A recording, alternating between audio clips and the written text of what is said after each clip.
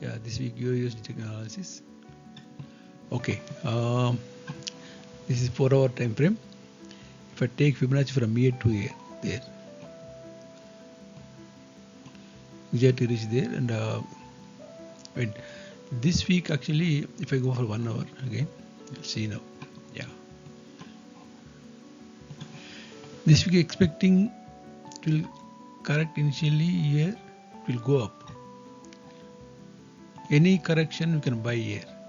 So this will give expanding flat here.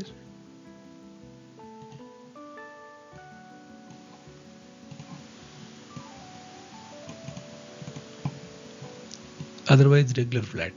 Okay, already expanding flat formed already. See, broke this this top divid there.